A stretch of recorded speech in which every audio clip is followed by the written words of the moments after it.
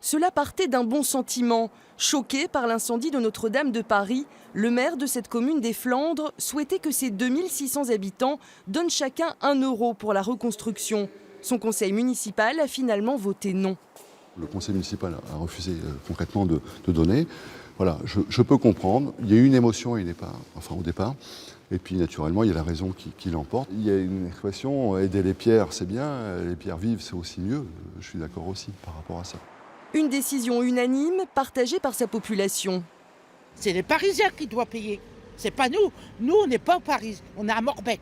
Sur le coup, on aurait pu dire oui le lendemain. Avec tous les dons qui ont été donnés. Devant ces images de la cathédrale en flammes, de nombreux élus ont eu un élan de générosité. La communauté de communes comptait verser 100 000 euros. Son président est plus mesuré aujourd'hui. Il réunit les maires du secteur le 3 mai prochain avant de se prononcer. Les journées se sont passées, on a vu que des donateurs particuliers, privés, tant mieux, on les en remercie, étaient en capacité de mettre peut-être plus d'argent que les travaux non nécessités. Aujourd'hui, nous nous réinterrogeons sur la pertinence d'apporter nous-mêmes une contribution au titre de l'Interco.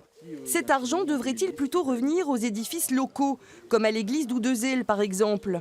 Plus de 2 millions d'euros sont nécessaires pour la réhabilitation de la façade, presque en ruine.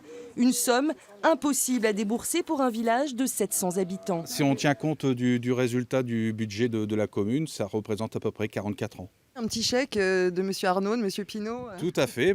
Je les invite à venir à Oudezeel pour faire ce chèque de 2,2 millions. En plus, il y a de la défiscalisation, donc pourquoi pas. Partout, les promesses de dons se dégonflent. Les élus de la région espèrent à présent attirer l'attention sur le patrimoine religieux dans un état désastreux et qui sait peut-être récolter les miettes laissées après la réédification de Notre-Dame.